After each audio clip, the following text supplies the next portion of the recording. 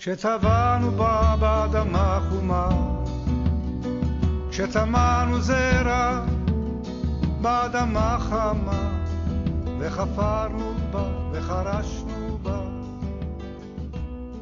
ואהבנו.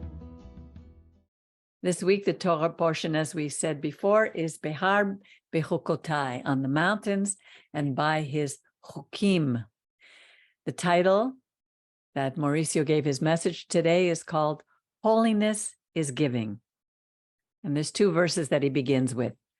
Do not give what is sacred to the dogs, lest they turn against you and tear you to pieces.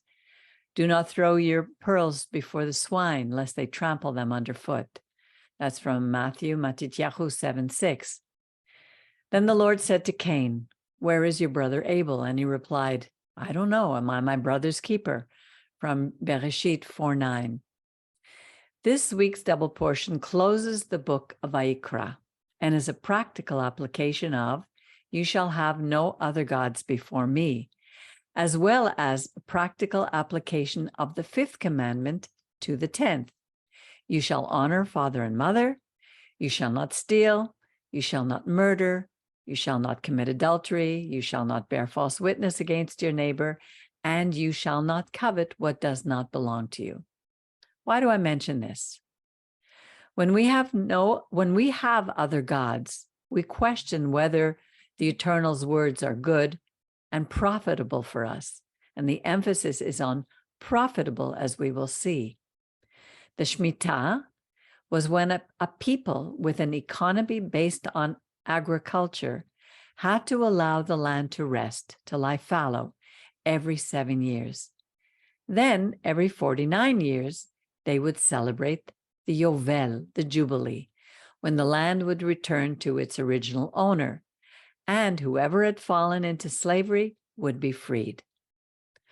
Would this commandment for the land to rest be logical economically today, when we have to trust that God would feed us for an entire year and more? I work in an agro-industrial sector. Now that's Mauricio, not me. Mauricio works in an agro-industrial sector. And he is sure that if he proposed that every 7 years they would close production because God would provide for them double protection, they would certainly fire him. It's like saying to the government, we're going to close down production every 7 years and God will provide for us. Every 50 years, all your debt would be forgiven. And wouldn't that be wonderful? Under the terms of our current liberal, globalist, capitalist economy, it certainly breaks any pattern of economic logic. And even though people say, by not keeping Shemitah, you're not trusting God, I wonder, would I have done any different than them? Surely, I would have earned a ticket directly to Babylon. Next, the Eternal instructed Moses to tell the Israelites not to make idols, to keep the Shabbat, and to venerate the Eternal's sanctuary. And he ends by warning that human sacrifices are not in the Eternal's plan, like in the other pagan cultures and the religions of that day. Why did he apply that to the 1st commandment? Because the Eternal tests us so that we recognize that we love some material aspects more than him, and that it's easier to reason, well, here I can apply the Torah, but not there. King Saul did that when he decided to keep the best of the spoils for himself, justifying that it was for God.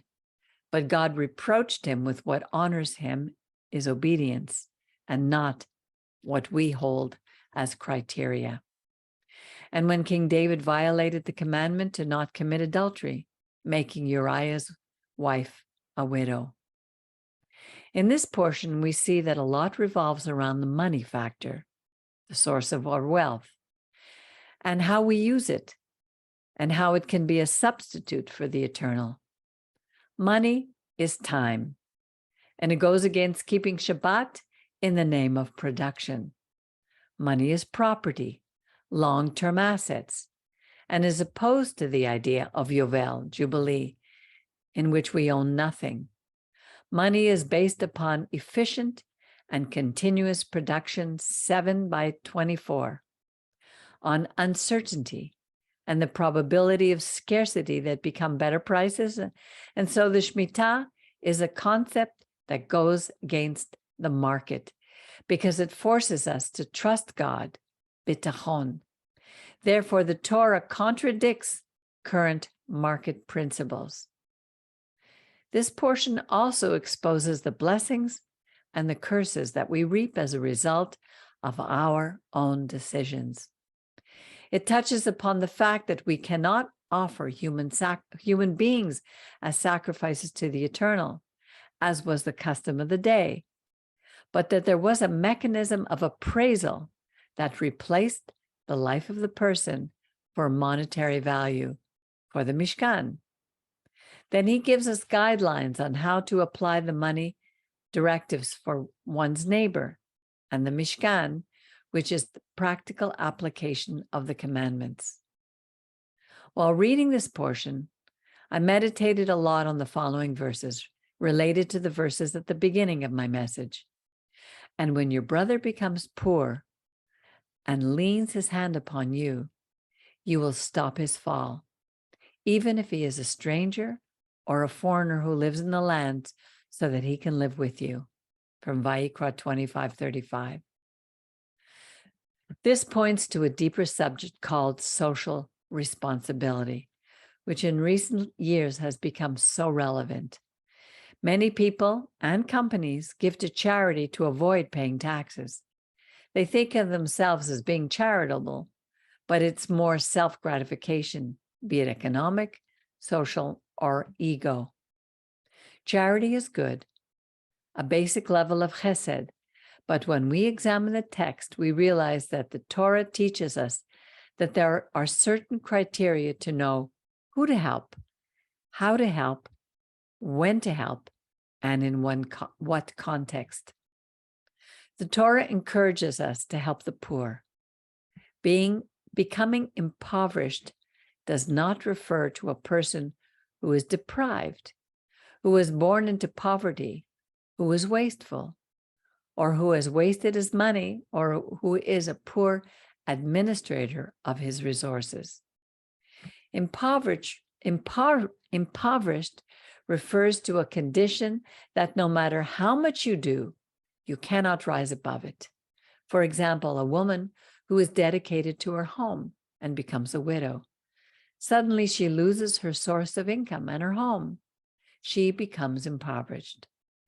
An orphan whose parents died along with his livelihood is left without resources. He becomes impoverished. People who live in war.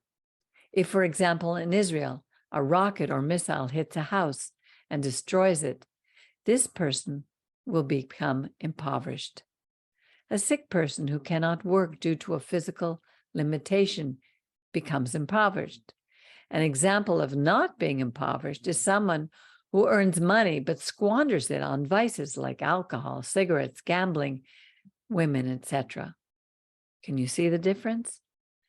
The verse begins with when, and this when refers to an action from the heavens that demonstrates his will, that everything is for our good, although in the short term it may not seem that way. How can we know if someone is impoverished or not? The answer comes next. Your brother. That is to say, there is a link between a blood relationship or not. It is sad to see how there are families in which third parties or strangers are supported, but those close to them are not. The Torah makes the priority clear to us. First, you must help your relatives and those with whom you have emotional ties. When? When one extends his hand out to you. This calls for a level of humility to both parties. Those who seek support by not closing themselves off, thinking, I don't need anyone. And those who are supporters by not placing special conditions on their help. Can we understand that everything comes from God? Yes, both your wealth and your poverty come from the heavens. And we don't know when we will be on either side, but in that day, we must be ready to act in humility. He continues, you will stop his fall. The words to stop, vehechezakta, from the word chazak, has multiple meanings such as fix, grab, catch, strengthen, heal, help, repair, fortify, and so many more. It doesn't say stop the fall. Rather, it says stop his fall. It seems almost the same, but the Torah does not want us to stop only the recovery of their assets, but rather to help stop the person from going under. When someone becomes poor, and I speak from my own experience from my childhood, when my father lost his business, I saw how my parents fell into despair. They felt helpless. They denied God. They wept. They fell into depression. They became angry and even felt resentment toward those who had caused their downfall. We not only fell into economic pothole, but our family fell spiritually and psychologically. So stopping your fall implies taking care of their economic, spiritual, family, familial, and social well-being. He should be sustained without condition. Finally, the link not only refers to a person who is part of the same social and religious group, that is, an Israelite alone, since it says, even if he is a pilgrim or a foreigner who lives in the land, the ger toshav. To what end? That your brother lives in community with you. That is, you not only provide an allowance, but you live with him without any reproach. In past portions, we read that the purpose of the Torah is to live and to live abundantly. Here, the Torah does not say, and you will simply give to your brother, but it talks about creating conditions so that he can get ahead, so that he can buy property to redeem in the future, that you lend without interest, and that you give him work. These are the best ways to do chesed, which means mercy or to be gracious. This book has been recounting what it's like to live in a holy way, beginning with what we eat, what springs from our inner being, how we approach God, how we dress, the purity of our relationships, how we ask God for forgiveness. And now this book ends by recounting how we live holiness in our finances and regarding financial support for others. The question is, am I my brother's keeper? The answer is obvious. You want to be different. Help those closest to you. Can I help anyone? Yes, it is a level of chesed, but first, help your next of kin. Let's not be one of those who help without finding to whom they are giving, because it might be a terrorist organization or promoting someone that sells vice.